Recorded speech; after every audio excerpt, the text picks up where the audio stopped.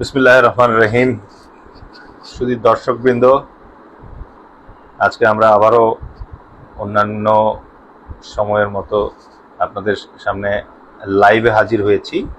অবশ্যই কিছুক্ষণের ভেতরেই আমরা জাস্ট কিছুক্ষণ আগে খবর যেটা আমরা পেলাম যে গণ অধিকার পরিষদের রাজনৈতিক নেতা নুরুল হক নূর অত্যন্ত মর্মান্তিকভাবে এবং মারাত্মকভাবে আহত হয়েছেন। সুতরাং এই মুহূর্তে আমরা আমাদের সাথে উপস্থিত আছেন যথারীতি বীর মুক্তিযোদ্ধা কর্নেল অবসরপ্রাপ্ত হান্নান মৃধা। তো স্যারের সাথে আমরা আজকে এই ব্যাপারগুলো নিয়ে কথা বলবো। অন্যান্য আরও কিছু ব্যাপার নিয়ে আজকে আমাদের এই শুক্রবার আফটার ডিনার ডিসকাশনের ইচ্ছা ছিল, কিন্তু ওই বিষয়গুলো নিয়ে আলোচনা করার আগে আমরা প্রথমেই স্যারের কাছে জানতে চাচ্ছি যে স্যার, বাংলাদেশের রাজনীতিতে 5ই আগস্টের পর আমরা ভেবেছিলাম যে সহিংসতা মুক্ত একটা সুস্থ রাজনৈতিক পরিবেশ আসতে যাচ্ছে, কিন্তু এই নুরুল হক নূর যেভাবে আজকে আক্রান্ত হয়েছেন কিছুক্ষণ আগে, বিগত আওয়ামী লীগের শাসন আমলে জাতীয় পার্টি ছিল আওয়ামী লীগের অন্যতম সহযোগী, তাদের পাপেট বিরোধী দল এবং ফ্যাসিস্ট সরকারের অন্যতম বেনিফিশিয়ারি। সেই জাতীয় পার্টির অফিসে আজকে নুরুল হক নূর তার দলবল নিয়ে অবরোধ করতে গিয়েছিলেন এবং তাকে নিরাপত্তা বাহিনী 10 মিনিট সময় দিয়ে বলেছিলেন যে ঘটনাস্থল ত্যাগ করার জন্য। তখন এই পলিটিক্যাল প্রসেসের মাঝখানেই লাঠিচার্জের কারণে এখন পর্যন্ত যারা জানা যাচ্ছে তিনি গুরুতর আহত হয়েছেন এবং হাসপাতালে ভর্তি হয়েছেন।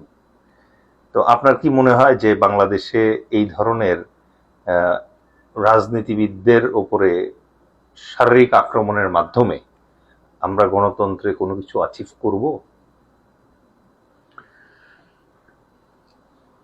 Thank you very much. বিসমিল্লাহির রহমানির রহিম। স্বাধীন বাংলাদেশে ছাত্রদের, বিশেষ করে যারা বিশ্ববিদ্যালয়ের ভিপি বা জিএস হয়েছে, তাদের মধ্যে কেউ নুরুল হক নূরের মতো আঘাতপ্রাপ্ত হয়েছে এইটা আমার জানা নাই। এবং সে এমন একটা সময় ঢাকা বিশ্ববিদ্যালয়ের ভিসি নির্বাচিত হলো যখন আওয়ামী লীগ ওয়াজ ইন পাওয়ার, এবং আওয়ামী লীগের সে দুর্ধর্ষ ছাত্রলীগের নেতা কর্মীদের মধ্য দিয়ে নূরের ভিপি হওয়াটা, এটা অনেকের কাছে ছিল অতি আশ্চর্যজনক ব্যাপার। একটা ছিল যে ওয়াজ ইট ডেলিভারিটলি ডান, নূরকে ভিপি করার জন্যই কি শেখ হাসিনা এই ছাড় দিয়েছিল? নির্বাচনের পরে নূর যেমন বলেছিল শেখ হাসিনাকে দেখতে তার মায়ের মতো মনে হয়, এরকম বলেছিল কথাটা। এবং তাকে কিন্তু শেখ হাসিনা মানে আশ্রয় প্রশ্রয় দিয়েছে, এরকমের কথাও কিন্তু ছিল। তা তবে নূরকে যে বিভিন্ন সময় আহত করেছে এটা প্রমাণিত আছে, তার বাচ্চাকে সহ তার স্ত্রীকেও এরকম করেছে। যদিও তার বিরুদ্ধে অভিযোগ আছে মোসাদের সঙ্গে যোগাযোগ করা, ইসরায়েলের মানে লোকদের সঙ্গে যোগাযোগ করা বা বিভিন্ন রকমে তার অনেক অভিযোগ, মুখরোচক কথাও হয়েছে, কিন্তু আঘাতপ্রাপ্ত হওয়াটা এটা কিন্তু নাটক না, কষ্টসাধ্য ব্যাপার।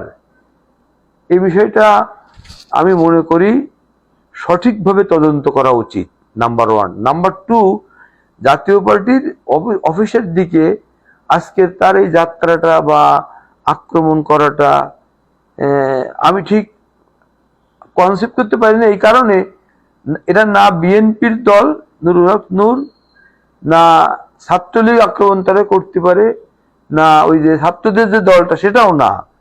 সেক্ষেত্রে তাহলে সে জাতীয় পার্টির অফিসের দিকে আক্রমণ করতে যাওয়াটার কি কারণ থাকতে পারে?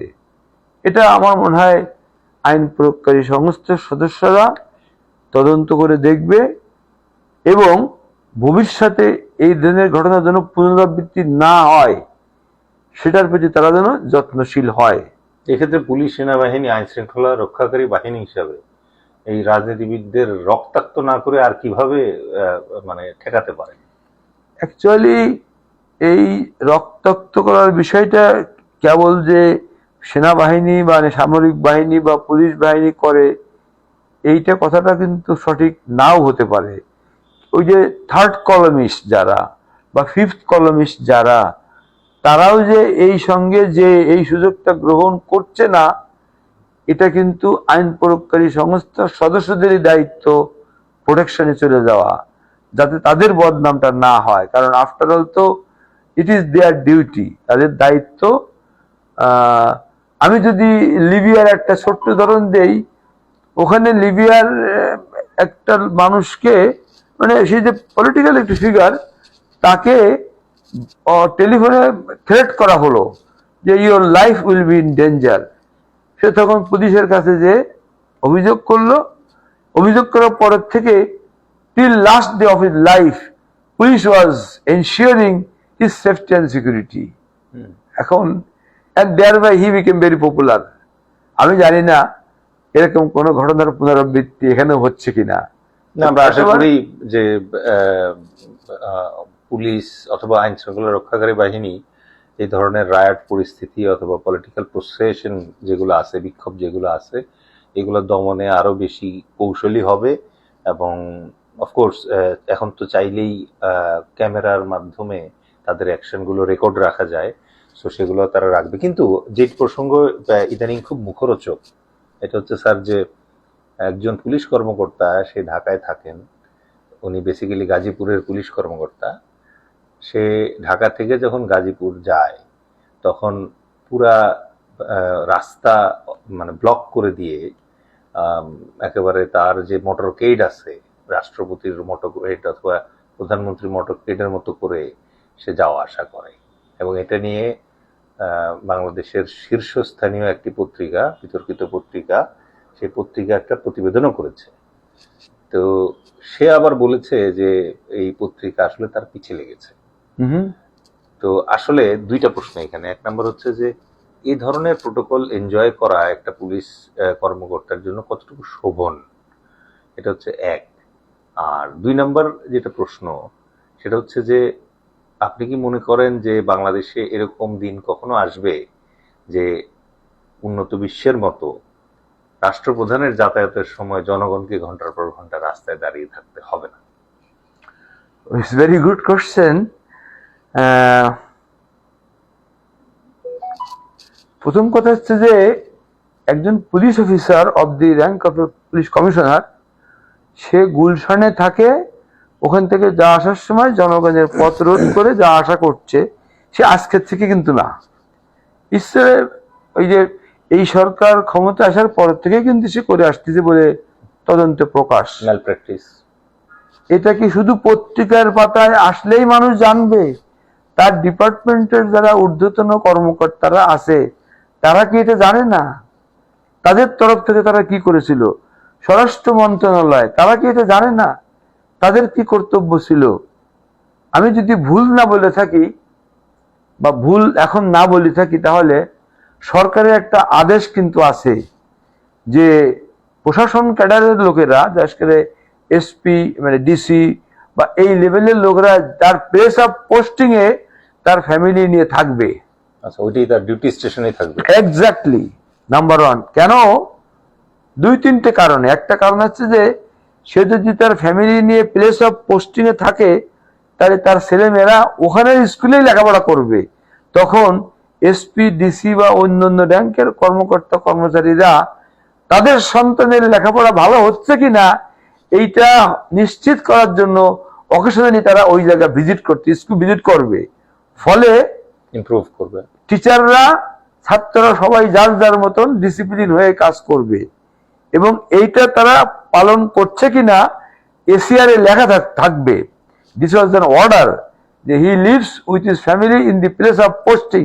এবং তখনই দেখা হয় ওই সমস্ত স্কুল কলেজের শিক্ষার মান কেমন। Systems are very good. এটা কিন্তু করলে আমাদের দেশের কল্যাণই বাড়বে, অকল্যাণ বাড়বে না। ইট ওয়াজ মেনশন ইন দ্য এসিআর, লেখা হতো। ইদানিং কি হয়, এসপি ডিসি এরা যদি পদ্মার এই পারে যমুনার এপারে থাকে, তাহলে ওরা প্রতি বৃহস্পতিবার দিন বিকেল বেলা ওই অফিসের গাড়ি নিয়ে হয় আরিসার পাড়ে নাই তিস্তার পাড়ে চলে আসে, আর ঢাকার থেকে আর একটা গাড়ি এই পারে যায়, ওরা নিয়ে আসে। তো ফ্রাইডে স্যাটারডে এনজয় করার পরে যখন সানডে যায় সকালবেলা, ওইরকম গাড়ি এখান থেকে যায়, ওখান থেকে তারা নিয়ে যায়। এখন তার ছেলে মেয়ে ঢাকায় পড়াশোনা করে, বিকারুন্নিসা হোক বা ল্যাবে এইটে হোক, যেখানে পড়াশোনা করায়। If this is the standard and continuing it, তাহলে এই দেশের ভাগ্য কি হতে পারে? ওই সমস্ত এলাকার স্কুল কলেজের ছেলেমেয়েরা কার দায়িত্বে লেখাপড়া করবে? টিচাররাও বা কি দায়িত্ব পালন করবে? আমার বিশ্বাস, it is mentioned the officer lives with his family in the place of posting, এটাই যদি খালি এনশিওর করে, তাহলে আজকে ওই গাজীপুরের কমিশনার সাহেব এত আলোক উজ্জ্বলের মতো উনি আলোচিত হতেন না। কথিত আছে যে উনি 23 সালে রিটায়ারমেন্টে চলে গেছিলেন, এবং এই সরকার আসার পরে তাকে নতুন করে পদায়ন করে পদোন্নতি দিয়ে দিয়েছে। তাহলে কত বড় দুঃখজনক ব্যাপার হবে যে একটা সরকার তাকে রিটায়ারমেন্টে গেছিল, মানে সে আওয়ামী লীগ সরকারের আমলে গিয়েছিল, ধরে নেওয়া যেতে পারে যে he was not in the good book of Awami League. So এই সরকার তার নিয়ে আসছে, তার উচিত ছিল এই সরকারের এই সহানুভূতি বুঝে তার শ্রদ্ধাশীল হওয়া উচিত ছিল, যে আমাকে আওয়ামী লীগ সরকারের অত্যাচারের কারণে বাড়ি পাঠিয়ে দিয়েছে, এই সরকার আমাকে নিয়ে আসছে, I must give my best.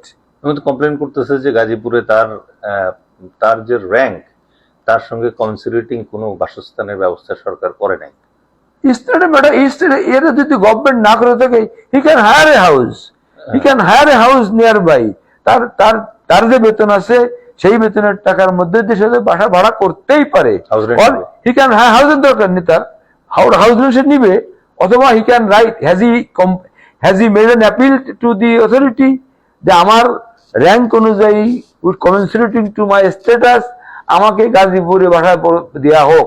যদি দেওয়া হোক এটা আবেদন সে করে থাকে, আর যদি না করে থাকে তাহলে বলতে পারা যায় সে তো চেষ্টা করেছিল, অথরিটি তার দিক খেয়াল করে নাই, সে তার নিজের খেয়াল নিজেই করে নিয়েছে। অফিসাররা তো সেটা করতেই পারে যে I am eligible to get it, I am not getting it, I have taken ইট। যদিও এটা আইনের দ্বারা প্রোটেক্টিভ না, তারপরেও কিন্তু আইনে কিন্তু কোর্টরা বলতে পারবে, উকিলরা, না উনি কি করবে। আমাকে যদি কেউ এখন, যেমন আমার একটা বাড়ি গোপালগঞ্জের বেওয়ারিশ 2 ভাই মিলে আটকা রেখেছে 12 বছর, ভাড়া নেওয়ার নাম করে ভাড়াও দিচ্ছে না, নাম দিচ্ছে না। আমি এর জন্য এই দেশের প্রধান বিচারপতি মহোদয়, কুষ্টিয়ার বনড্ড ফ্যামিলির লোক, তার কাছে আমি ডিও লিখেছি, তার কাছে ন্যারেটিং, সে একটা কথা বলেছে পত্রিকায় যে একটা বিচার যদি 30 বছর ধরে ঝুলতে থাকে, মানুষের তাহলে আইনের প্রতি শ্রদ্ধা থাকবে কেমনে? আমি চাই এই কথাটা মানুষ, এদেশের মানুষ জানুক যে প্রধান বিচারপতির কাছে আমি লিখেছি, উনি উত্তর দেন নাই, একজন জাজ পরিবর্তন হয়েছে। তাহলে আমি যদি কোনোদিন আইন হাতে তুলে নেই, ওই গোপালগঞ্জের দ্যাট বেয়ারিশ 2 জনকে যদি সর্ট আউট করার জন্য, তাহলে কি will I be at problem? Will I be supported by anybody? আর রায় দেশে, জাজ রায় দেশে, রায়ের পরেও কিন্তু সে নামতেছে না। এখন আমার পথ কি? হাতে আইন তুলে নেওয়া। মানে many of my soldiers have said, sir, how are we accepting it? I said, I am waiting for the rules to see how it works. সেখানে যে বলতেছি, অনেকে আবার বলে যে রুলস আর ফর ফুলস। না, এখানে একটা কথা আছে, যেমন বলা হয় পুলিশ হচ্ছে গিয়ে ল এনফোর্সিং এজেন্সি, আর সামরিক বাহিনী হচ্ছে গিয়ে ল অ্যাবাইডিং ফোর্স। আমাদেরকে till last day of our life প্রমাণ করতে হবে আমরা আইনের প্রতি শ্রদ্ধাশীল। বাট এর মধ্যে দিয়ে কেউ না কেউ বেরোয় আসবে, who will care a damn to this, will just take the law in his own hand and will do the needful. সেদিন দেখা যাবে যে হাজার হাজার এফেক্টেড লোক তার পক্ষে দাঁড়াবে, এবং সেদিন সরকারকে দায়ী করা হবে যে উনি চেষ্টা করেছিলেন, কেউ তাকে সমর্থন করে নাই, সেই জন্য সে হাতে আইন তুলে নিয়েছে। যদিও রোজ কিয়ামত পর্যন্ত আমি ওয়েট করবো না, আমি যখন কিছুই করতে পারলাম না, so I can do whatever I feel. Exactly. তো আমরা যদি কনক্লুড করি ওই পুলিশ কমিশনার মহোদয়ের কেসটা, আমার মনে হয় যে গাজীপুরে উনি টেম্পোরারি বেসিসে একটা মানসম্মত বাসা হায়ার করে ওইটাকে টেম্পোরারিলি ডিআইজির বাসভবন হিসেবে ডিক্লেয়ারও করে নিতে পারতেন। ইজিলি এটা গভর্নমেন্ট, এবং আজকে ঘটনা পরের থেকে আমার বিশ্বাস home ministry will do the needful, at least that should be done.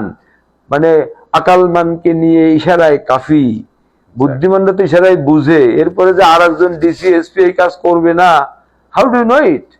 আমরা তাহলে এখন আবার স্যার পলিটিক্যাল ডেভেলপমেন্টে চলে যাই, একটু দূরে যাব, দিল্লি। তো দিল্লিতে আমাদের যে প্রাক্তন প্রধানমন্ত্রী শেখ হাসিনা অবস্থান করছেন। তো রিসেন্টলি আসাদুদ্দিন ওয়াইসি নামে একজন ভারতীয় সংখ্যালঘু নেতা, তাকে এক সাংবাদিক জিজ্ঞেস করেছিল যে ভারত সরকার কি বাংলাদেশের সরকার পরিবর্তনে চেষ্টা করবে কিনা। তো তার উত্তরে পাল্টা একটা প্রশ্ন করছেন উনি যে why not Indian government is sending Sheikh Hasina back instead. তো তার কথায় অনেকেই মানে একটা মজার কথা বলছে যে ভারতের সবাই যে আওয়ামী লীগ করে না সেটা প্রমাণিত হইল। কেউ কেউ আছে যে তাকে ফেরত দেওয়ার ব্যাপারে কথা বলছে, কিন্তু সাম্প্রতিক সময়ে একটা বিপজ্জনক সংবাদ আমাদের সবাইকে হতবাক করেছে। সেটা হচ্ছে যে ভারত সরকার এবং এসালাম গ্রুপ প্রায় 4,000 কোটি টাকা বিনিয়োগ করেছে ভারতে শেখ হাসিনার জন্য একটি অত্যাধুনিক পার্টি অফিস এস্টাবলিশ করার জন্য, এবং বিশেষ করে কলকাতায় একাধিক আওয়ামী লীগের পার্টি অফিস পরিচালনার জন্য।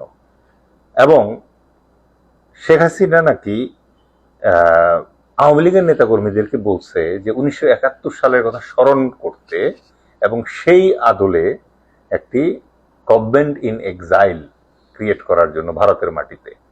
এখন এ ব্যাপারে মোদিরও মৌন সম্মতি আছে বলে জানা যাচ্ছে। তা আপনার কি মনে হয় যে ঘটনা কোন দিকে গড়াচ্ছে? এরকমের যদি হয় তার মানে বলা যেতে পারে যে 71 সালের ন্যায় ভারতে আর একটা অস্থায়ী সরকার গঠন করতে ইন্ডিয়া সহায়তা করলো। আমার তো মনে হয় এখনই বাংলাদেশের উচিত এই নূর বা সাদেক বা রাশেদ যারা আছে এদের উচিত ভারতের মতো বাংলাদেশেও এরকম একটা এক্সাইল সরকার অফ ইন্ডিয়া গঠন করে ফেলা, এবং ইন্ডিয়ার বিরুদ্ধে আমাদের সমর্থ যা আছে সেটা দিয়েই করে ফেলা উচিত, এবং যত লোক ইন্ডিয়ান বাংলাদেশে আছে এখন সবগুলোকে ঝেঁটিয়ে বিদায় করা প্রথম কথা। এবং we will seek advice and support from neighboring country like China, Pakistan and any other country. Please help us to help them.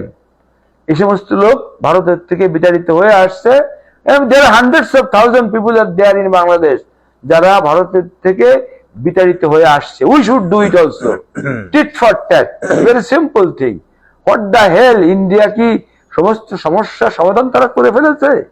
আমরা তো কয়েকদিন আগে দেখলাম মোদির সম্বন্ধে লোকে যা বলছে, লজ্জা শরম থাকলে সে এগুলো করতো না। মানে ভারত একটা বড় গণতান্ত্রিক রাষ্ট্র হিসেবে আমরা জানতাম, কিন্তু তারা যে এত নিকৃষ্ট মানের এইটা আমি জানতাম না। যেমন সেদিন পশ্চিমবাংলার একজন ওই যে ব্রাহ্মণ এমপি ইসের নরেন্দ্র মোদী দলেরই সুধাংশু, সে হঠাৎ করে আমাকেই বললো যে কর্নেল সাহেব আপনারা বোধহয় ভুলে গেছেন যে 71-এ আপনাদেরকে আমরা স্বাধীন করে দিয়েছি। আমি তখন কর্নেল হকের কাছে 2 মিনিট সময় চেয়ে নিয়ে বলেছিলাম, দাদা আপনারা আমাদেরকে সাহায্য করেন নাই, আমরাই আপনাদেরকে সাহায্য করছি, কারণ enemy of my enemy is my friend. আপনারা পাকিস্তানের শত্রু, পাকিস্তান আমাদের শত্রু ওই সময়, তাই আপনারা আমাদের বন্ধু হয়ে গেছিলেন। চিন্তা করতে পারেন 71 সালের আগে আপনারা কয়টা ফ্রন্টে যুদ্ধ করতেন? 2টা ফ্রন্টে, ইস্ট ফ্রন্টে, ওয়েস্টার্ন ফ্রন্টে। এরপরে কি আর কিছু করেন? কত রক্ত আপনাদের বেঁচে গেছে, কত গোলা বেঁচে গেছে, কত লোকের আত্মহত্যা দিতে হয়নি আপনাদেরকে। আপনারা এখন ব্যস্ত আছেন খালি ওয়েস্ট ফ্রন্ট নিয়ে, আর আমাদেরকে ব্যস্ত আছেন কিভাবে দিয়ে?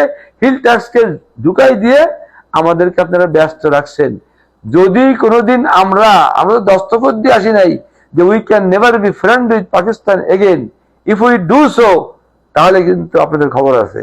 এই যে এবার তো ইসাকদার পাকিস্তানের পররাষ্ট্রমন্ত্রী 13 বছর পর বাংলাদেশে আসছিল। হ্যাঁ, তো আসার পরে ডক্টর ইউনূস আবারও তার যে পররাষ্ট্র উপদেষ্টা তার মাধ্যমে ইসাকদারকে বলছে যে পাকিস্তান ক্ষমা কবে চাবে। তো ইসাকদার আবার বেয়াদবের মতো বলছে যে আপনারা হার্ট ক্লিন করেন, এর আগে তো ক্ষমা চাইছেই।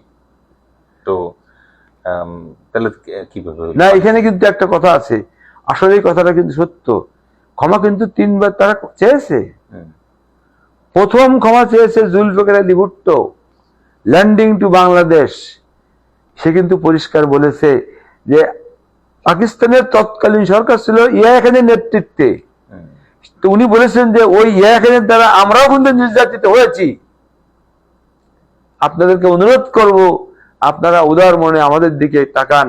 আমরা উই আর ভেরি সরি যে এরকম একটা ঘটনা তৎকালীন সরকারের দ্বারা হয়েছে, নাম্বার 1।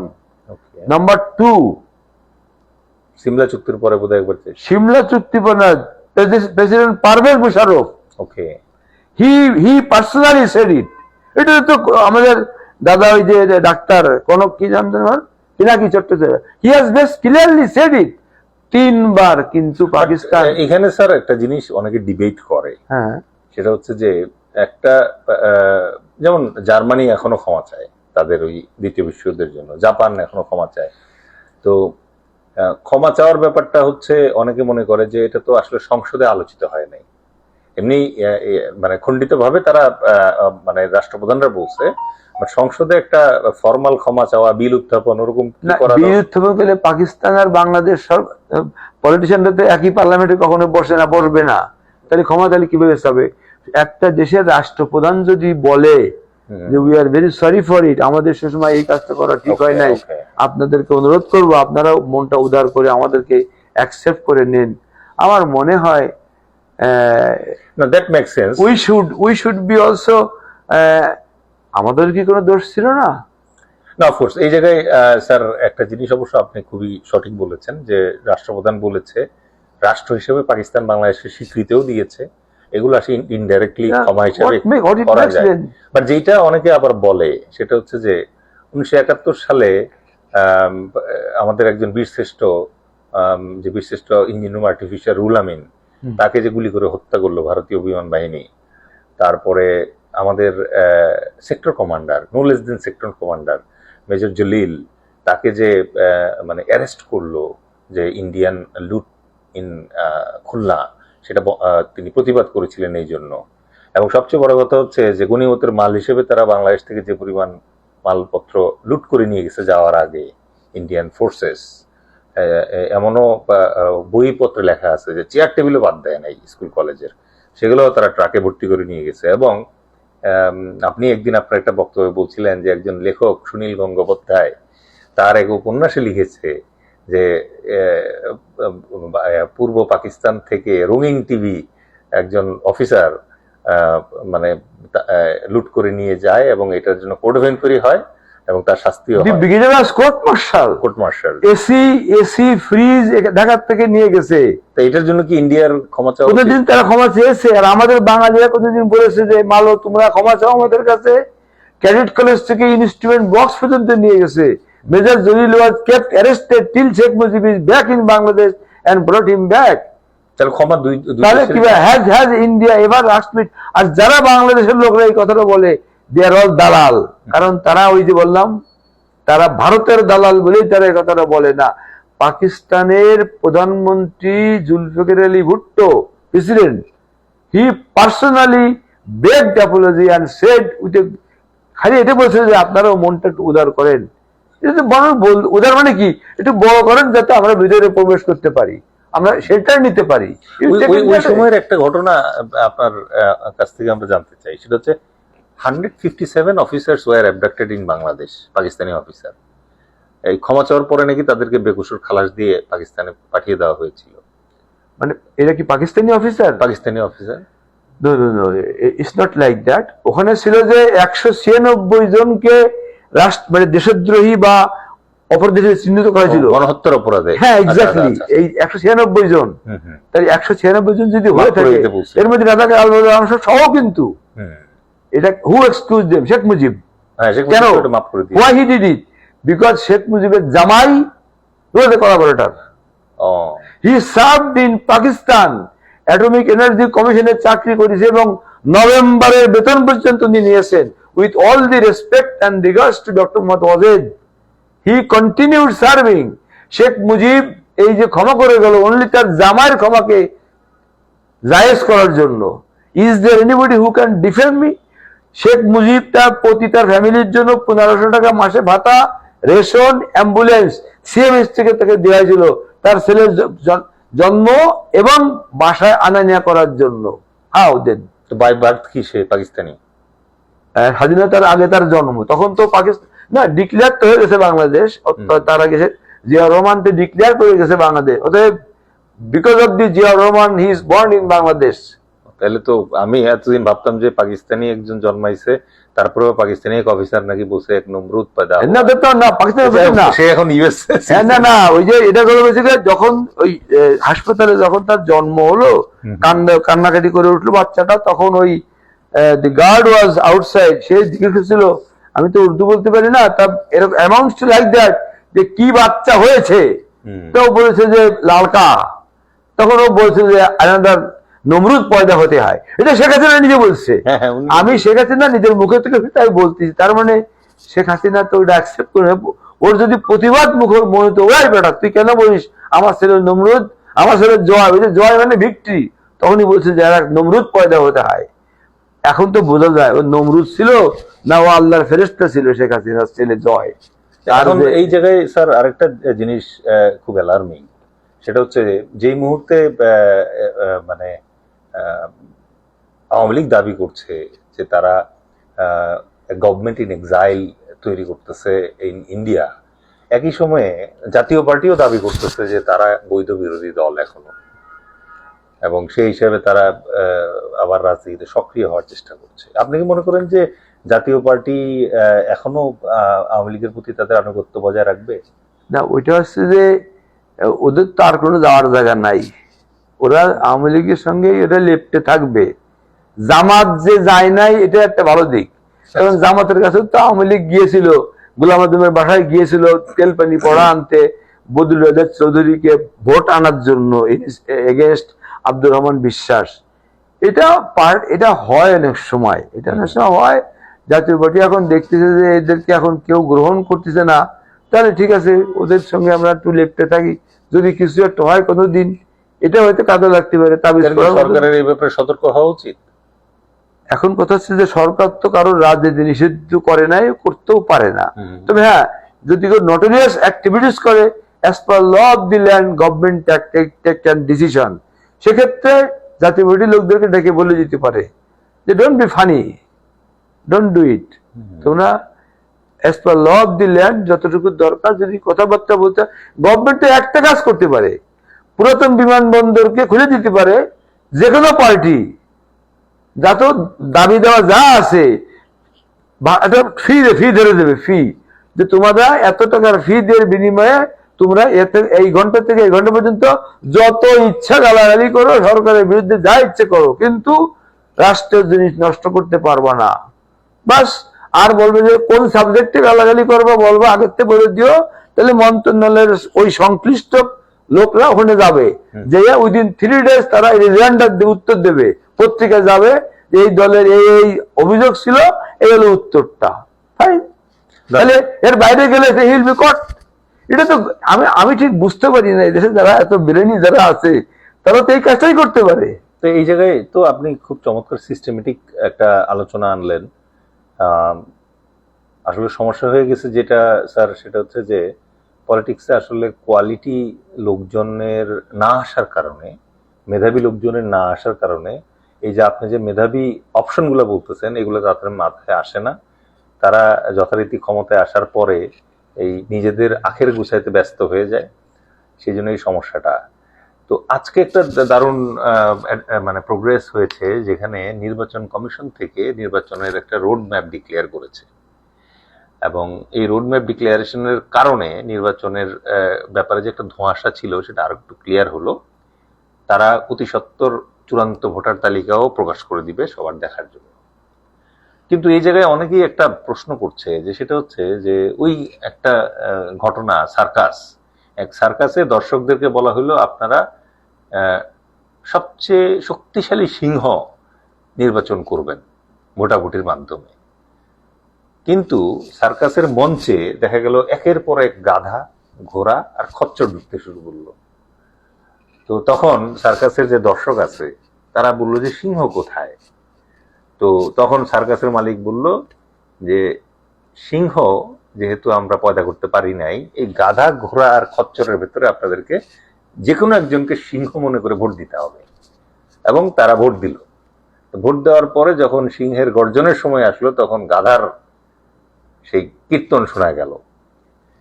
আপনার কাছে আমি জানতে চাই যে আপনি যেহেতু প্রার্থী সিলেকশন পদ্ধতি নিয়ে গভীরভাবে চিন্তা করেন, কিভাবে গাধা স্টেডিয়ামে পাঠানো বন্ধ করা যায়, সত্যিকার অর্থে কিভাবে সিংহ আনা যায়?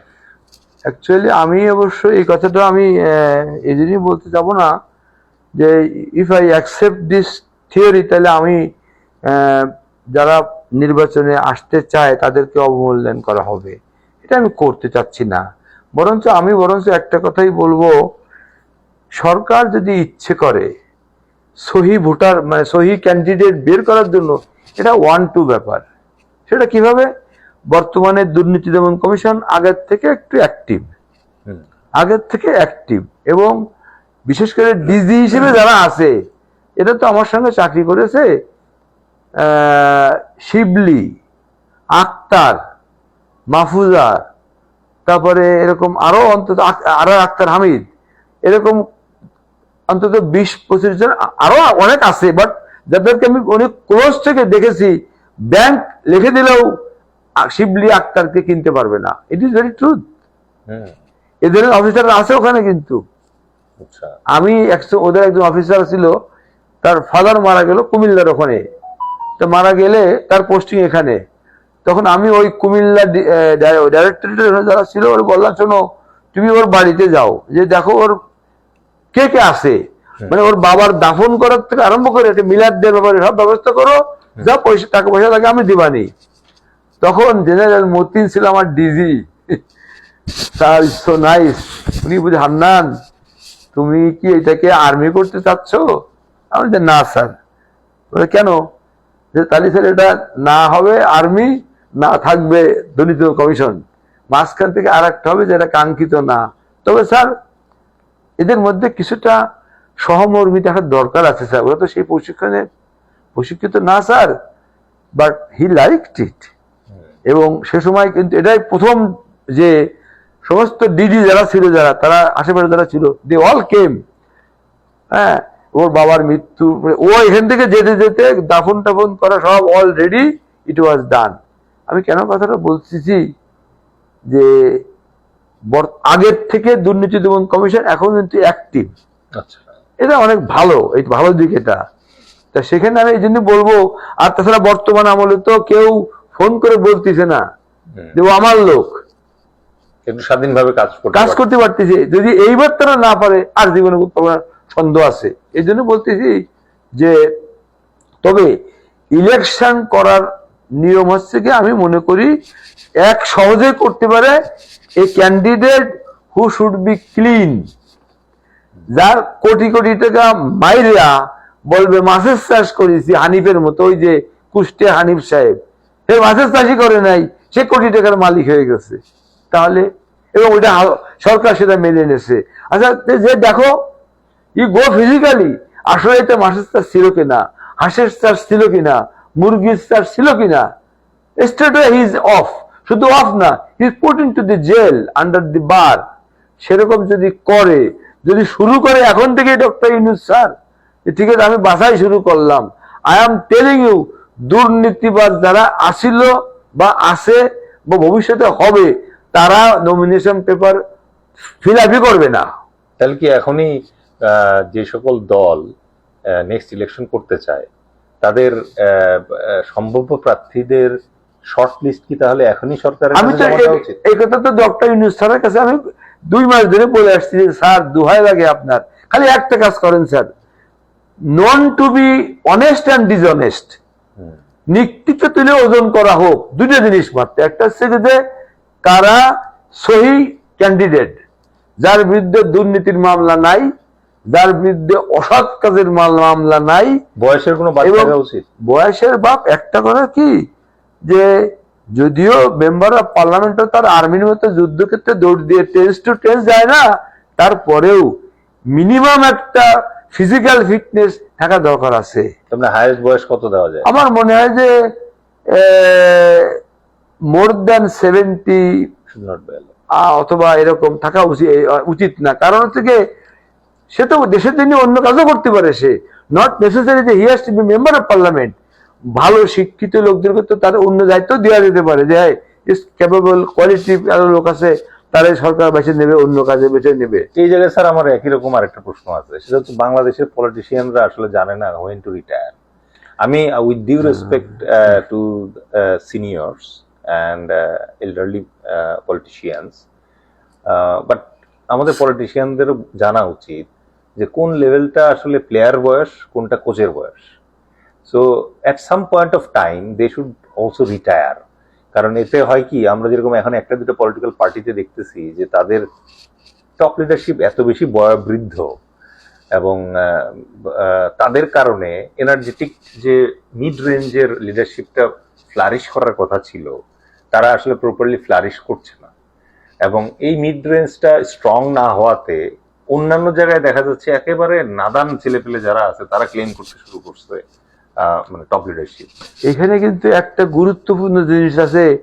আমি আশা করি আমার এই কথা যদি সবাই শোনে, একটা কাজ তো করতে পারে। একজন মেম্বার অফ পার্লামেন্ট 6 টার্মে আছে, সাপোজ 5 টার্মে সে আছে, এক টার্মে আওয়ামী লীগ ছিল, আর এক টার্মে অন্য দল ছিল, এরকম করতে করতে কোনো না এক টার্মে সে দুর্নীতি কাজে ব্যস্ত থাকায় হি ওয়াজ ইন দি জেল। আচ্ছা, জেল যদি হয়েই থাকে তার, আবার যখন তার দল ক্ষমতায় আসলো, সে কি তখন ধোয়া তুলসী পাতা হয়ে গেল? কেন দিবি? যদি স্বাধীনতার পর থেকে এই পর্যন্ত খালি দেখে কারা কারা এমপি ছিল, কতজনের বিরুদ্ধে দুর্নীতির মামলা হয়েছে, হয়তো বলতে পারে আমি অপোজিশনে ছিলাম তাই আমার নামে মামলা হয়েছিল। যখন তুমি পজিশনে আবার আসলা, তখন তুমি তার বিরুদ্ধে কেন মামলা করলে না, যে আমাকে হ্যারাস করা হয়েছে, ওই সময় আমাকে হ্যারাস করার জন্য আমার ক্ষতিপূরণ দেওয়া হোক, কেউ কেউ তো করে নাই, তাহলে তো অর্ধেকটা আপনি ঝরে পড়ে যাবে। If I am not wrong, মানে if I am clear to you, যারা 1972 সালের পরের থেকে, 71 আমি বাদ দিলাম, 72 সালের পরে যারা নির্বাচিত হয়েছে, ভোটে হোক আর যেভাবে হোক না কেন, তাদের বিরুদ্ধে মামলা হয়েছে। বিএনপির হয়েছে, আওয়ামী লীগ হয়েছে, জাতীয় পার্টি হয়েছে, ভাষানীর হয়েছে, কমিউনিস্ট পার্টি হয়েছে। তারা যখন আবার দল ক্ষমতায় আসছে, তারা কি ওই তার এগেনস্টে ওই মিথ্যে মামলা করার জন্য সে কি কোনদিন মামলা করেছে আবার ক্ষতিপূরণ দেওয়া হোক, আমার চরিত্র হরণ করা হয়েছে, আমাকে অব্যাহতি দিয়ে আমার ওই যে গঙ্গার পানিতে না পদ্মার পানিতে গোসল করে আসুক, সে পবিত্র আসুক, এটা করলেই তো অর্ধেক চলে যাবে। জনগণ কি করবে? হ্যাঁ, এজ এ ভোটার আমি যদি দেখি যে আমার পছন্দের পার্টি চিহ্নিত সন্ত্রাসীকে ক্যান্ডিডেট হিসেবে দিছে, পার্টিকে ভালোবাসি, সেই ভালোবাসায় চিহ্নিত সন্ত্রাসীকে আমি ভোট দিতে বাধ্য হচ্ছি। এখানে ওই জন্যই বললাম যে শহীদ রাষ্ট্রপতি জিয়াউর রহমান যে বলছে জনগণই ক্ষমতার উৎস, এই কথাটা যদি সত্য মানুষ গ্রহণ করে, তাহলে এরাই তো বেছে ফেলতে পারে কে আবার ক্যান্ডিডেট হবে, ওরাই তো করে ফেলতে পারে আগের থেকে। আসল ক্ষমতার উৎস তো দলের কেন্দ্র। তাহলে সেই জন্য বলতেছি, যেমন যদি এই যে একটা সিস্টেম কিন্তু ভালো সিস্টেম হতে গেছিল, হতে তারা দেবে না, যে আগে মেম্বার হবে, মানে লোকাল ইলেকশনটা আগে মেম্বার হোক, চেয়ারম্যান হোক, তারপরে এমপি হোক, তাহলে হবে কি এই জনগণকে নিয়ে আর নাটা খেলাতে ফেলতে পারবেন না তারা। এখন আগে এমপি হওয়া মানে কি, এমপি হওয়া মানে দুইটা সিস্টেম, একটা থেকে এমপি দেখতেছে যে কারা কারা আমার সঙ্গে আছে, মনে মনে থাকলো, এখন পয়সা নিয়ে যায়নি, মনে মনে রাখলো, এরপরে যখন চেয়ারম্যান ইলেকশন হবে তখন এই এমপি ওরা ধরবে যে তুই তো আমার সঙ্গে ছিলি না, তোরে আমি উপদেশ বানাবো না, আর লোকাল যদি হয়ে যায় আগে, তাহলে হবে কি মেম্বার হয়ে গেছে, ওরে আর কে কিছু করবে, চেয়ারম্যান হয়ে গেছে, ও তো এখন ভোট দিতেও পারে নাও দিতে পারে। এই সিস্টেমটা কিন্তু ভালো সিস্টেম, কিন্তু এইটা কেউ করতে দিবে না, কারণ তারই তো এই জায়গায় তাহলে স্যার জনগণ যদি চায়, জনগণ তো এটাই চাচ্ছে, আগে স্থানীয় সরকার নির্বাচন হবে, তারপরে সংসদ নির্বাচন হবে, তাহলে এই জনগণের চাওয়াকে ডক্টর ইউনূস উপেক্ষা করতেছে কেন ডেলিভারিটলি? ওই যে বললাম ডক্টর ইউনূস স্যার আসলে এরকম একটা ভালো লোক, তার জন্ম হয়েছে বাংলাদেশে, বইছে আর চিটাগাঙে। যদি if you would have been born in America, থাকবো আমেরিকায়, সে কিন্তু ওই মার্টিন কিং লুথার হতে পারতো। He could have been Roosevelt, Roosevelt তো অন্য জায়গার। মানে আমি কেন বলছি যে ওই সমস্ত জায়গার লোক, ওই সব জায়গায় ওরা হয়েছে কি, ওরা এর কদর জানে, কিন্তু উনি তো ওই ঘুষখোর সুদখোর এই নামটাই কাটতে ওনার 1 বছর চলে গেল খালি, যে উনি উনার মামলা নিষ্পত্তি করতে আসছে। কত নিষ্ঠুর হতে পেরেছে মানুষ, তাকে বলতেছে যে উনি উনার মামলা নিষ্পত্তি করতে আসছে। বাট উনার কোম্পানি তো ভালো নতুন ব্যবসা পাচ্ছে, 2 লাখ নতুন রিক্সা নামাচ্ছে গ্রামীণ। না, এই রিক্সা নামাচ্ছে মানে ঢাকার শহরে চালানোর জন্য। মানে উনার একজন উপদেষ্টা আছে না, ওই যে আকিজ বশির, আকিজ কোম্পানি আর হচ্ছে গ্রামীণ কোম্পানি, 2 কোম্পানি মিলে নতুন ইলেকট্রিক রিক্সা নামাবে, আগের গুলো না তুলেই। তার মানে অলরেডি এখন যা রিক্সা আছে তার সাথে আরো 2 লাখ যোগ হবে। না, এটা তো আমি ঠিক অতটা 100% ক্লিয়ার না। তাতে তো মানে দেশে যানজট আরো বেড়ে যাবে, যানজট বেড়ে যাবে। না, ওনাদের ব্যবসা হবে মানে মানুষ যা আশা করবে ইনকাম বাড়বে, এটা না। ধরেন আপনি 2 লাখ নতুন ইলেকট্রিক রিক্সা যারা কিনবে, তারা বানাবে, তাদের ফ্যাক্টরিতে বানাবে। এটা কি two export outside the country? No, to use inside Bangladesh. মানে if it is for exporting, well fine, হতে পারে সেটা, বাট আমার মনে হয় যে তাহলে বাংলাদেশ, অথবা যদি ঠিক আছে আমরা will capture some chunk of the area of my neighbor country, push them there, তাহলে ঠিক আছে, হতে পারে। আদারওয়াইজ এটাকে আমার মন্তব্য করতে হলে, যেহেতু ডক্টর ইউনূস স্যারের নামে এসে গেছে, আমাকে আর একটু জানতে হবে, আদারওয়াইজ ওনার মনে গেছে তো আমি জানি না, আর I am too small to comment about him. তবে আমার বিশ্বাস উনি এমন কিছু করবেন না যেটা এই দেশের জন্য অকল্যাণকার হবে।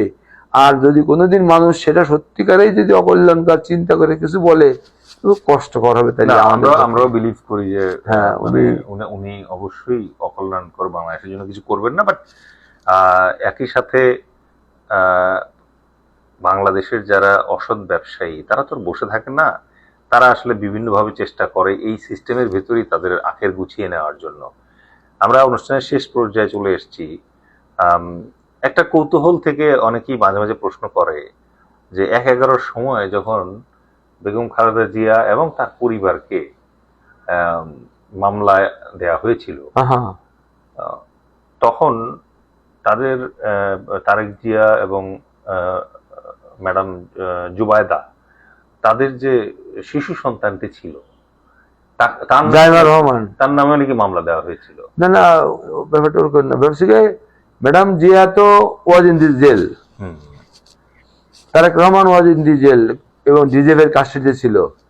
জুবাইদা রহমানের এগেনস্টেও মামলা ছিল এখন। এবং বেগম জুবাইদা রহমানের মা আন্দোমান বানু, মানে রিয়ার অ্যাডমিরাল মাহবুব আলী খানের স্ত্রী, উনার নামেও কিন্তু মামলা, উনি কাস্টডিতে ছিলেন মনে হয়। তখন জেনারেল মতিন তখন ছিলেন উপদেষ্টা ওই হোম মিনিস্ট্রির। তা আমি যেহেতু ওনার সঙ্গে চাকরি করেছি, আমি একদিন মন্ত্রণালয়ে গেলাম, বললাম স্যার, উনি তখন কিন্তু ওই মাসুদ ছিল এই এর মানে ভর্তাকর্তা বলতে পারি, জেনারেল মাসুদ, আর জেনারেল মাসুদের বস ছিল জেনারেল মতিন। কিন্তু মাসুদ তখন যেহেতু তার একটা ফ্লেভার ছিল, লেফটেন্যান্ট জেনারেল ইউনিফর্মে ছিল, আবার মেজর সাইদ ইস্কান্দারের ভাইরা ভাই, রক্ষী বাহিনী হলেও ওইটা তখন সাপ্রেস হয়ে গেছে, ভাইরা ভাই তখন আগে হয়ে গেছে, সে একটু ফান্না খান ছিল আর কি। তখন আমি একদিন গেলাম ওনার অফিসে, বললাম যে স্যার একটু কথা বলবো। হ্যাঁ বলো। মানে মতিন স্যারের অফিসে? ইয়েস, আই টোল্ড হিম যে স্যার, জাইমুর রহমানের বয়স বলে তখন 12 বা 13 বছর বয়স, ওর মা আসামি, ওর বাবা আসামি এবং কাস্টডিতে, ওর নানি আসামি এবং কাস্টডিতে, ওর দাদি আসামি হয়েছে কাস্টডিতে। তাহলে এই মেয়েটারে কে দেখাশোনা করবে স্যার? এর গার্জিয়ানটা হবে কে? তা স্যার একটু রাগান্বিত হয়ে বললো, তুমি কি মনে করো তুমি একমাত্র ওই পরিবারের শুভাকাঙ্ক্ষী? আমি না স্যার, আমি তা মনে করি না, আমি জাস্ট জানলাম যে পেপারে যে এরকম ঘটনা, সেজন্যই বললাম। তো উনি বললেন, আমি তো মাসুদকে কতবার করে বলছি, মাসুদ তুমি জুবাইদুর রহমানের নামটা তুমি আসামি হিসেবে দিও না। সে বলে, না স্যার, মামলা দুর্বল হয়ে গেছে স্যার, তাকে নাম না দিলে। তুমি একটা কাজ করো। তখন বলেন স্যার, বলে আজিজ সাহেব নামে আমাদের একজন জাজ ছিল না, মানে এন্টি কারাপশনে আমাদের একজন জাজ রিটায়ারমেন্ট গেলে আমাদের আর একজন জাজ দরকার ছিল আমাদের মামলাগুলোরে শেফ সাইজে আনতে হলে যাদের প্রয়োজন ছিল, সে আমাদের হেল্প করতো। বলে স্যার আসিল আজিজ সাহেব, উনি জানো কোথায় আছে? আমি খুঁজে বের করতে পারবো। তখন আমি একজন দুদকের একজন অফিসারকে বললাম যে দেখো তো আজিজ সাহেব কোথায় আছে। তো খুঁজে পেলাম। তার বললাম যে আজিজ সাহেব, স্যার আপনারা খুঁজছে, যার মতিন। তো বলছি কেন ভাই, কি ব্যাপারে? তা বললাম যে হয়তো আপনার কাছে কিছু শুনবে। তখন ওনাকে ডাকার পরে উনি আসলেন অফিসে, আসে বলে, আজিজ সাহেব আপনি আমাদের সাথে কয় বছর চাকরি করেছেন? স্যার 1.5 বছরের বেশি। কোনোদিন কি আমি আপনাকে আপনার কার্যপ্রণালীতে বাধা দেওয়া বা আমি ইনফ্লুয়েন্স করার জন্য বা আমার ডাইরেক্টর হান্নান মৃধা কি কখনো আপনারা কিছু বলছে? বলে না স্যার। বলে আজকে একটা কথা বলবো। বলে বলেন স্যার, কি কথা? বলে যে আপনি কি জানেন ম্যাডাম খালেদা জিয়ার পুত্রবধূ ডক্টর জুবাইদুর রহমান আসামি, whereas he is not involved in it? ওই যে 2 কোটি টাকা বেগম জিয়ার, জেনারেল জিয়ার ও যে টাকা দিছিল, যেটা বেগম জিয়া জানেই না, ওনার সিগনেচারই নাই, এটা লেফটেন্যান্ট মুস্তাফিজুর রহমান সাহেবের সিগনেচার করে ওই অনাথের নামে করা ছিল। সে 2 কোটি টাকা এখন 9 কোটি টাকা হয়েছে। যাই হোক, তা বলে স্যার আমি জানি স্যার। বলে যে আপনার একটাই কাজ, আপনি ওই মেয়েটাকে প্রথম জামিন দেবেন আপনি। তিনি বললেন স্যার আমি করবো স্যার এটা। এইটা উনি করেছিলেন নাম্বার 1। আর তারেক রহমানকে যে বললাম যে he was beaten, he was physically beaten, because ওই যে মাসুদ রক্ষে বাহিনীর থেকে গুকুর সাহেবের মতো, ওই একবার যদি কেউ লেজে বাড়ি মারে ওরা জীবনে ভোলে না। ওরা তো ওই যে বললাম না, শেখ মুজিবুর রহমান ওদের জন্ম তো উবান, জেনারেল উবানের সৃষ্টি ওরা, এরা তো এরা ওই যে বললাম না, সিনিয়র আর্মি অফিসার ব্রিগেডিয়ার র্যাঙ্কের গাড়ি নিয়ে আগে যাচ্ছে, রক্ষে বাহিনীর লিডার তার আগে গাড়ি নিয়ে গেছে, ও আগেও যাচ্ছে না, ওনার সাইডে দিচ্ছে না, এইরকম করে অত্যাচার করেছে ওরা। বিকজ ওরা মনে করতো আমরা শেখ মুজিবের পোষ্যপুত্র। মেজর সাইজিস beaten, cadet coming from Comilla military academy থেকে ঢাকায় আসছে ছুটিতে, he was beaten. Zia Rahman তখন deputy chief army staff. Okay, ওই যে বললাম আর্মি কিন্তু সহজে হাতে অস্ত্র তুলে নেয় না। when they are compelled, তাদের বাধ্য করা হয়, তখনই তারা কিন্তু হাতে অস্ত্র তুলে নেয়। আমি একটা কথা বলে আসছি, আমার সিও স্যার মাইন্ড করবে কিনা আমি জানি না, এরশাদ সাহেবের পতনের পরে আমাদের ইউনিট তো তখন ঢাকাতে ছিল, 0 পয়েন্টে ওখানে ডিউটি করছিলাম আমরা। তা পতনের আমরা তখন ফিরে গেলাম, এক্সারসাইজ এরিয়াতে গেলাম আমরা। আমার সিও কর্নেল আসানুল্লাহ, হঠাৎ করে ওনার তো র্যাঙ্কে যে শাপলা আর স্টার, একটা স্টার পড়ে গেছে। আমাদের বলতে কি হান্নান এর র্যাঙ্ক বোধহয় থাকবে না, কারণ আমরা 6 ফিল্ডের। তা আমি বললাম যে স্যার আপনি 6 ফিল্ড রেজিমেন্ট আর্টিলারি সিও, আপনার ইউনিটে স্যার 18টা আর্টিলারি গান আছে স্যার, 126 মিলিমিটার স্যার হাউইটজার, 18টা গান আপনার র্যাঙ্ক থাকবে না স্যার। আপনি কি বলেন স্যার? এটা কিন্তু জেনারেল রশিদ বলতে সাহস পায় নাই, মানে মেজর রশিদ, তখন ওরা তো পিএইচডি করা। যাই হোক, আমার এই কথাটা কিন্তু ভাববাচ্ছ বলে না, আমার কাছে আমরা অপরাধটা কি, আমাদের অপরাধটা কি? আমাকেই যখন খুঁজতে গেছিল জেনারেল ইব্রাহিম এবং জেনারেল আসানুল্লাহ, তখন বোধ হয় ব্রিগেডিয়ার, আমি কোথায়, আমি মানে ওই 0 পয়েন্ট, এই Sabbir is Qayyim with is wife কবি, বঙ্গভবন থেকে আসছে এডিসিটি জেনারেল ইরশাদ, স্যার কি খবর তোমার? না স্যার আমি দেখতে আসলাম। ও দেখতে আসে নাই, ও আসছিল যে I am moving with my troops or not. Ibrahim sir এবং আসানুল্লাহ স্যার দুইজনই কিন্তু ওই জন্য আসছিল।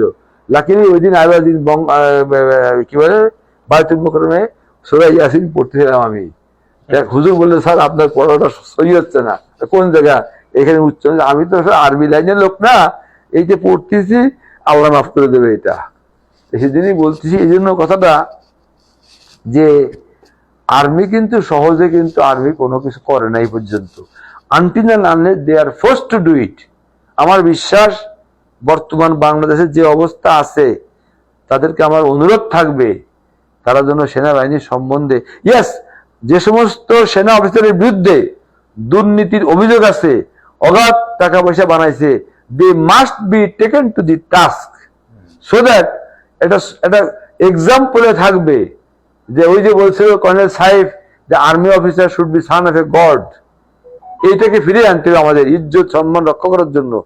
এরপরে ধরতে হবে হু ইজ দি নেক্সট, কারণ আমাদের এখানে we can't afford to sell our সতীর্থ টাকা পয়সা মানে মেরে দিয়ে। Thank you sir. আমার মনে হয় যেহেতু পাকিস্তানে ওরা বলতো ইজ্জত আর ইকবাল, পরে বাংলাদেশে এসে হলো সম্মান ও গৌরব, আর্টিলারির যে মটো। তো আপনার সাথে যখন আমরা কথা বলি তখন আর্মির ব্যাপারে আপনার যে ইমোশন এবং যে প্রাইড, এটা আমরা মানে বারবার শুনতে পাই, এবং আমি আশা করি আমাদের লাইভ যারা সার্ভিং অফিসার্স এবং সোলজার্স যারা শুনতেছেন তারাও এখান থেকে এই প্রাইডটা সিক করতে পারবে। তো আজকে স্যার আমাদের অনেক লম্বা একটা লাইভ হয়ে গেল, আমরা লাইভের শেষ পর্যায়ে আসছি। আমাদের দর্শকদের যে প্রশ্নগুলো ছিল তার সবই আপনি অলরেডি আনসার করেছেন। লাস্টলি যেহেতু মাগুরা থেকে আপনি এবার ইনশাআল্লাহ সংসদ নির্বাচনে মাগুরা 2 আসনের প্রতিনিধিত্ব করবেন বলে মনস্থ করেছেন, ইরাদা করেছেন, তো আপনার কনস্টিটিউয়েন্সির যে বাসিন্দা আছে তাদের জন্য আপনি কনক্লুডিং একটা রিমার্ক যদি দেন।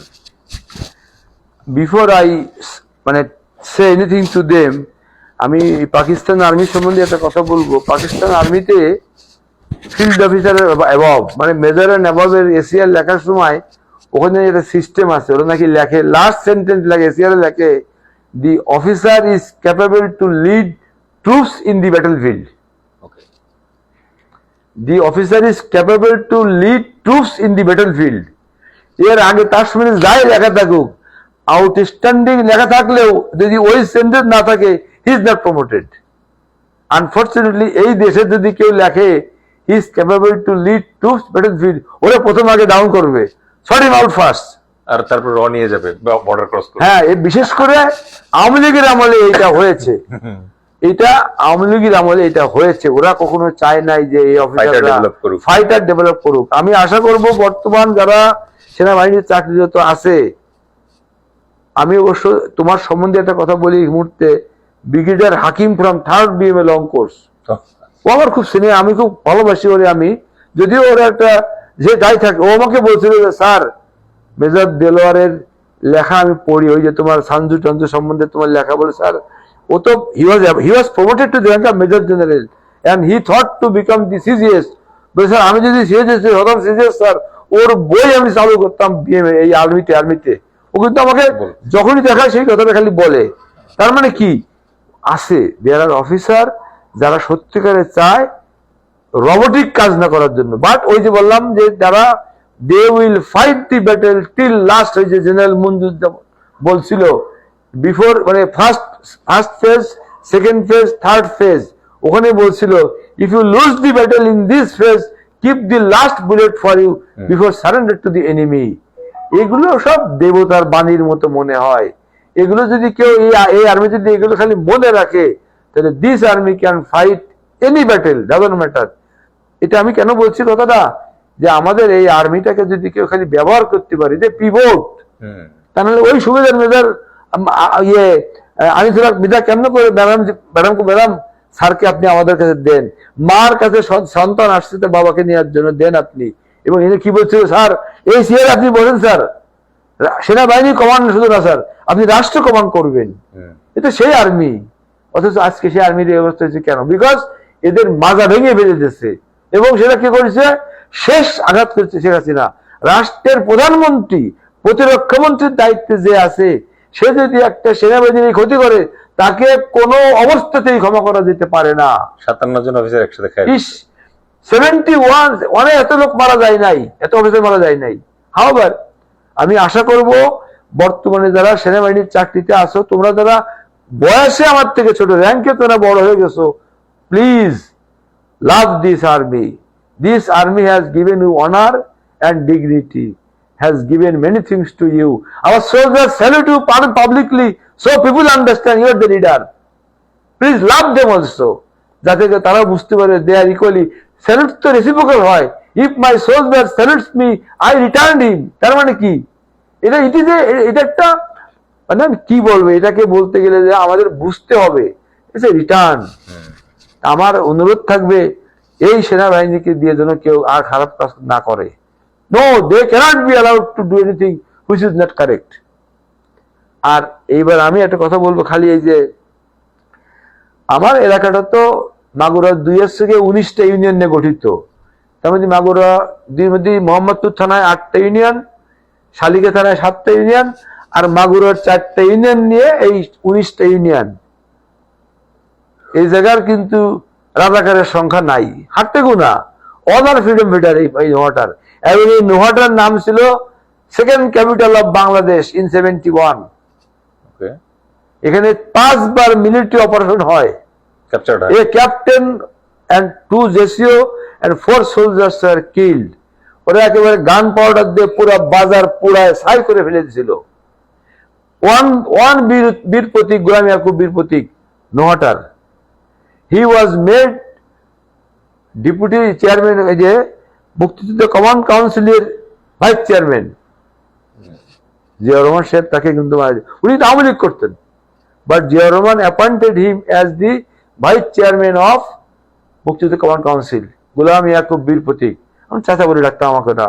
আনফর্চুনেটলি আমি যখন 1992 সালে প্রধানমন্ত্রী কার্যালয়, তখন আমি ওই অফিসটা পাঠাচ্ছিল, তো তালিকায় দেখতে ওদের নাম তালিকায় নাই। আরে বীর প্রতীক ভুল হয়ে গেছে আর কি।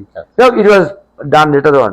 আমার অনুরোধ থাকবে ওদের জন্য, এই জন্য যে ওরা যেহেতু সবাই হার্ডলি ফিউ ছিল রাজাকার, মানে ওরা নটোরিয়াস কোনো কাজ তারা করে নাই, সেখানে যে ওখানে অনেক অনিয়ম হয়েছে। অনেকে ওই মানে পরবর্তীতে যারা ফ্রিডম ফাইটার না, তারা ফ্রিডম ফাইটার হয়ে গেছে। আবার যারা 2-1 ছিল হয় নাই। তার মধ্যে আমার বন্ধু একজন আছে, সে আমার সঙ্গে ছিল ইন্ডিয়াতে, বা রানাঘাটও ছিল, কৃষ্ণনগরও ছিল, চাপড়া বাগানও ছিল, কিন্তু he could not be freedom fighter. But আমি গোপালগঞ্জে দেখছি অনেকেরই 2012 সালে তারা ফ্রিডম ফাইটার হয়ে গেছে। তারা সেদিন আমি বলছিলাম যে 3 দিন লাগে মাত্র বের করার জন্য। আর অনুরোধ থাকবে যে তোমরা ভোট দিবা, একটা জিনিস চিন্তা করবা, লোকটা সৎ না অসৎ, কোন দল তা তোমরা দেখো না, একবার যদি দেখো লোকটা সৎ না অসৎ, নাম্বার 1। নাম্বার 2, তোমার জন্মের থেকে তুমি তো নিশ্চয়ই এমপি দেখে আসতেছো, চেয়ারম্যান দেখে আসতেছো, এবং তুমি ভালো করে জানো কে সৎ কে অসৎ, কে তোমারে কত টাকা দিল, কে তোমারে ভাই বলে সম্বোধন করলো। It is not material. দেখো যে সে তোমাদের জন্য কোন উপকারটা করেছে আর করার মন মানুষ আছে, তোমরা তার জন্য একবারের জন্য ভোট দিও। যদি মনে করতেন না লস হয়ে গেছে ভোট দিয়ে, ঠিক আছে, পরে যে বলো ভাই তোমার ভোট দিয়ে লস হয়ে গেছে, আমি বিড়ি পেতাম 10 প্যাকেট, সিগারেট পাইতাম, এটা পাইতাম, আমার ব্যবস্থা করেন। কিন্তু তোমরা একটা বারের জন্য খুঁজে বের করো যে কোন লোকটা সত্যিকারে তোমাদের জন্য কাজ করার মানসিকতা আছে। আমার মনে আছে, এটা আমি ওখানে চিঠি পেলাম যে বসনিয়ায় যখন ছিলাম, তখন তো যুদ্ধ হচ্ছিল। তা আমাদের কৃষকরা যারা আমাদের গ্রামের ছেলেপেলেরা, পরে শুনলাম ওরা ওই চাষ করতে যে না কথা বলতে যে অনেক কান্নাকাটি করছিল যে আমাদের ছেলেটা যুদ্ধের ময়দানে চলে গেল, তারা কি ইচ্ছে করে পাঠাই দিয়েছে ওখানে, এটা মানে ভুল বোঝাবুঝির জন্য। তাই যাই হোক, তা আমার আসলে ওটা শোনার পর থেকে আমার মনে হয়েছে যে I must not return them empty হ্যান্ডে। আমি ওই যে বললাম না যে আমি আর্মির কেন্দ্র নোহাটাই বানাইছি, বিডিআর এর কেন্দ্র নোহাটাই বানাইছি, ওই যে লেফটেন্যান্ট কর্নেল ইয়ারাজন চৌধুরী বীর বিক্রম, স্যার হান্টিং করতে হবে, স্যার আপনার বাঘ শিকার করা যাবে, স্যার খালি কেন্দ্রটা একবার নোহাটা করে দেন। এবার আপনি ইলেক্টেড হলে কি করবেন, নতুন কি করবেন? না, আমার তো একটা যেমন ইউনিভার্সিটির কাজটা আমার অসম্পূর্ণ এখন রয়ে গেছে, এটাকে একেবারে আর যদিও এখনো স্টিল ইজ গোয়িং অন, এটা আমার ওখানে তাছাড়া আমার তো কোনো কাঁচা রাস্তা নাই, কোনো কাঁচা রাস্তা, কারেন্টের 199 কিলোমিটার কারেন্ট, টেলিফোন যশোরের নাম্বার, মানে এরিয়াল ডিস্টেন্সের নাম্বার যশোরের, ওদের কি লাগবে বলে দিচ্ছে যে 5,000 লোক প্রতি বছরে বেজে যাবে। ডক্টর ইউনূসের সঙ্গে কোন এক সম্পর্কে গত একবার ওই ইলেকশনের আগে আমার একটা দাবি ছিল, তো উনি আমার ভাইকে বলছিলেন যে আচ্ছা ঠিক আছে ওরা করতে বলো, আমি দেখবো। স্যার আপনি খালি আমার এলাকার থেকে স্যার প্রতি মাসে স্যার বা 2 মাস পরে 500 করে লোক বিদেশে পাঠা দেবেন স্যার, এরা কোনোদিন সরকারের কাছে সাহায্য চাবে না, ওদের দায়িত্ব হবে যে ওর পরিবারের সদস্যকে নেক্সট ইয়ারের মধ্যে 2জনকে নিয়ে যাওয়া। ওরা যদি নিয়ে যায়, যেমন ডক্টর ইউনূস স্যারকে সৌদি আরবে বলছে না স্যার আমরা 2 কোটি আছি বাংলাদেশি স্যার, আপনি আর একটা ফারাক্কা করেন স্যার, এর থেকে বড়, এটা ওদের এই ফিলিংস ওদের আছে। ওই যে আমাদের যারা বড় লোক, যারা ধনী, যারা মাহবুব আলম সাহেব, ওই যে আমাদের শিক্ষা প্রতিমন্ত্রী যে চিটাগাংয়ের, তারপর ওই যে আমাদের বেক্সিমকোর মালিক যারা, ওরা কোনদিন বলছে এই কথা? অথচ ওই লোকগুলো বলছে এরাই পারবে দেশটাকে গড়ে তুলতে, খালি সুযোগ দিতে হবে ওদেরকে আর কি। ইনশাল্লাহ আশা করি স্যার আপনি আপনার এলাকার খেদমত করার সুযোগ পাবেন এবং আপনার এলাকাবাসী আপনার যে পরিকল্পনা ক্ষমতা এবং নেতৃত্ব দানের যে ক্ষমতা আছে, এই সুফল তারাও ইনশাল্লাহ আল্লাহ তাদের নসিব করবে, তারা এটা উপভোগ করবেন ইনশাল্লাহ। তো আজকের মতো স্যার আমরা আমাদের এই লাইভ শেষ করব। আপনি ভালো থাকবেন, শুভরাত্রি, আসসালামু আলাইকুম, আল্লাহ হাফেজ। আসসালামু আলাইকুম, অনেক ধন্যবাদ।